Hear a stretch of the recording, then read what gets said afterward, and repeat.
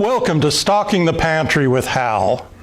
It's a series of videos, articles, and my ramblings produced in cooperation with the Point Defiance Ruston Senior Center. Our goal is to provide information and resources to help everyone to be better prepared and reduce food waste. So let's get started. So today we're going to be talking about something that I've been putting off for a while, and that's just a quick discussion of the two different types of electric food dehydrators there are. And it does make a difference. The two types are a horizontal airflow, like for example, the Excalibur, where the air and the heat comes from the back and moves across the trays towards the front, bounces off the front and comes back so that it circulates this direction. Then there is the original type, which is a vertical, where some of them, and I don't think they make them anymore, the heating unit was in the lid and went down and circulated this way. Now pretty much all of them, the heating unit and the fan is in the bottom. And we're going to start going into some detail on this one. This is one of the most original models of those original. So it doesn't have individual controls for temperature or for time, turning it on and off, but they work fine. In fact, they work quite well, but they require a great deal more attention because you can't set the temperature and you can't set the timing. So they come with a lid, of course, and they come with anywhere from 5 to 9 trays. And it's kind of a mesh. When you're doing fruit slices, things like that, you'd lay them directly on here. If you were doing things like fruit leathers or really drippy fruits, you're going to want to use the non-stick inserts.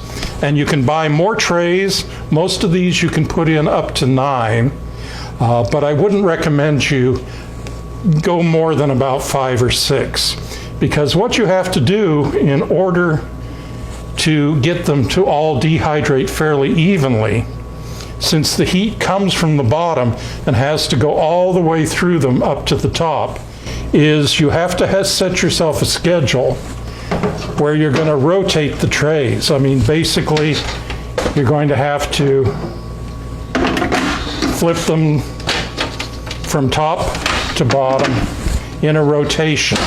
And it depends on what you're dehydrating, but it works quite well. The other advantages of this is it's inexpensive. And if you're going to dehydrate some things, like a lot of things like onions, which sometimes will imbue your dehydrator semi-permanently with the smell, or for making like jerkies, where you know that it's always going to be meat and it's going to be some strong spices. So one of these is pretty inexpensive, and that would be a good one for that.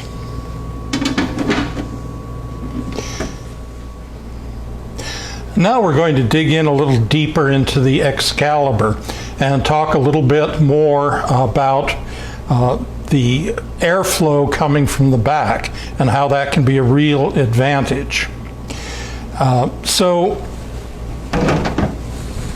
it has, you can get these, and there are other brands besides this, but most of them come from 5 trays up to like 9 or more.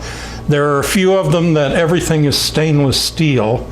It's intended for probably more commercial use, and the price reflects that. But the Excaliburs with the plastic trays work just fine. So you get a plastic tray that slides in and out, usually 5 or 9 of them. So you have the standard tray that holds everything, and then you have these mesh inserts that go into the trays, and these are what you would be using for larger pieces or things that are not really drippy. But then you get some kind of a Teflon or silicone sheet, and they go on top of it and on top of the tray, and that catches any runs, and that's what you use to make your fruit roll-ups like we did in the last one. And it's also really good for when you're doing, like say, slices of tomato, and when you're making things like the Parmesan tomato low-carb chips where they might drip through a lot. It's really good for that.